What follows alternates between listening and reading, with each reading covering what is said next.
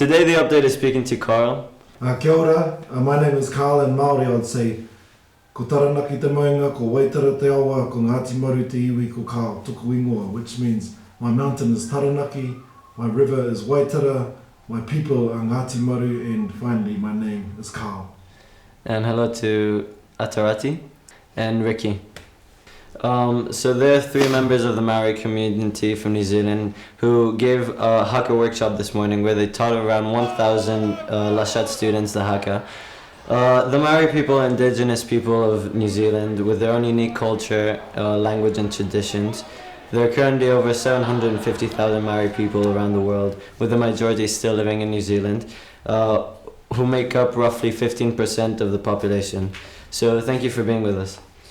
The Haka is a famous dance of your culture, and in recent years it has been popularized during large sports events such as the Rugby World Cup by the All Black, for example.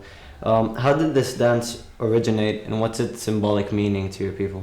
Well, it's from our culture, so people associate the All Blacks with Haka, but actually Haka comes from our culture. It's from the Maori people of New Zealand. Haka have been around since our people have been around. And what it represents, it's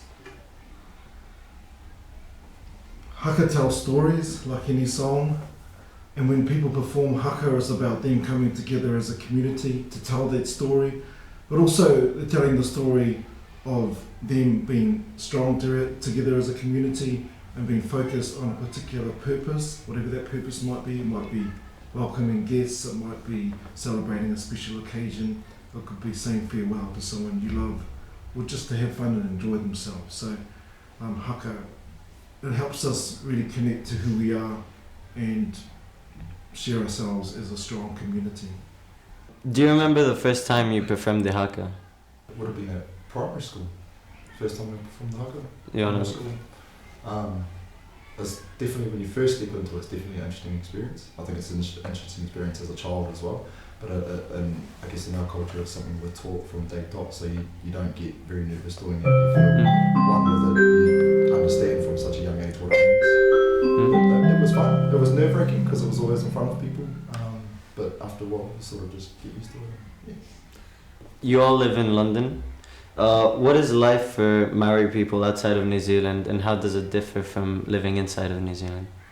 I find it quite liberating to be out of New Zealand, because in New Zealand, while we have our Māori communities which can support you in what you do in terms of your culture, there are a lot of people who aren't so supportive. So it can be quite difficult to express yourself as Māori.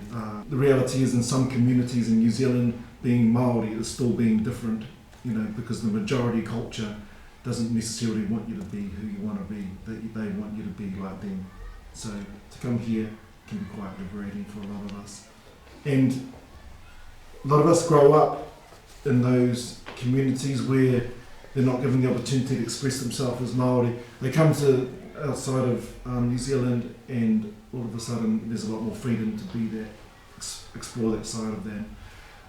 They perform in front of communities that don't know about their culture, and it's quite exciting to be appreciated for being who you are. We're lucky to have you today here with the traditional outfits and the tattoos. Could you talk a bit about their significance and how they differ from each other?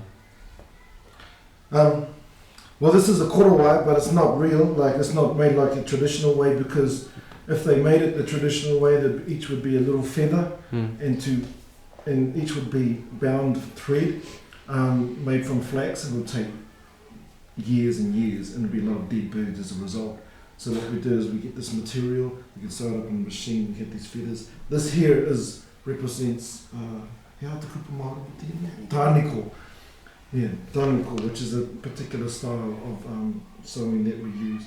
But again, because we use these so often, they get worn. Tāniko is precious because a relation of yours has made it with their hands and their fingers, but these are more practical in use.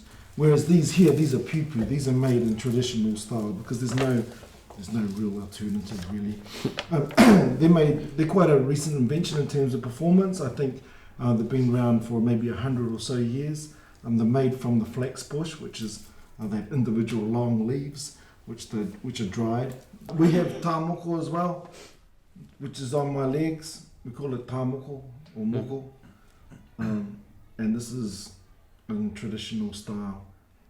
You go to a tohunga, which is an expert, and you say, this is my family, this is where I'm from. They usually know you, like the one that done mine is a relation. And so he seeks to express your family or your connection to your mountains and your rivers and your people through the design that he comes up with. This one here, I just put this on this morning, and hopefully it will come off soon. So, I mean, it's really quite difficult. Some people do have moko on their faces, particularly women, but it's quite difficult to participate in society without have prejudice against you for having this. But I'm pleased to say less and less so, as people, especially in New Zealand, are becoming more aware of what it means for us as a people. Do you experience prejudice sometimes? Yeah, especially in New Zealand, because it's like to really push who you are, to speak your language, to live your values is not so easy because we've had a culture of, our culture's been oppressed through colonisation, and so land was taken, our language was oppressed, and the solution that they thought to having us exist still after all that and having wars, it was to try and assimilate us into the more dominant culture. It hasn't worked, thankfully, but it still means people are more and more open, but I think it's still a long way to go. So when we think about Maori people, we don't often see women, and they don't usually come to our mind. And today you talk to us about the first woman that is created within your Maori religion traditions. Could you please talk more a bit about the role of women in the Maori culture and how they're different from men, if at all? I think there's a perception, I think, that women don't have a role mainly because it's not really advertised internationally. You know, Haka's done by the All Blacks famously, so there's not really any women in the All Blacks, so you don't really perceive them to do Haka. But a woman's role in Māori culture, it's, you know, female can't exist without male, male can't exist without female. So, well, my opinion is that we work hand in hand and we help, you know, we like yin and yang. So while males will work when we do a welcome, as they do a kōrero, they do a welcome, they do a speech, the first voice you'll hear at the house is a woman's, because if a woman is not going to call and not going to welcome you, then you're pretty much not welcome. And so when a man does do a speech, you've got women who are sitting behind him, giving him all the information that he may need to fill his speech, to make sure he acknowledges everyone. So, you know, you may see a man, but a woman is always there, and you may see a woman, but the men are always there as well. A bit about your lifestyle. How does ever-increasing globalization and global warming affect the lives of Indigenous people, such as the Maoris, in New Zealand? And what do you expect the future of the Maori people to look like? I think it's a big issue for all cultures, and I think the predominance of American culture and the popular culture that America brings can be seen as a threat to Māori culture. They're so good at sharing their culture and getting it out to the world. It's quite cool, all the cultural songs and that they bring and dance. So our people, like everybody, are quite attracted to it. And I think it has a negative impact on our culture and our language, but at the same time, it's not something you can sort of push away because they are so good at it. And I just think we've got to get better at sharing our own culture in a positive, engaging way, so it is very attractive to our own people. And I think that's starting to happen, and we do it through our schools, we do it through our kapa haka, and also the fact that our identity is so important to us. People live in cities now, they don't live in tribal environments like my parents did.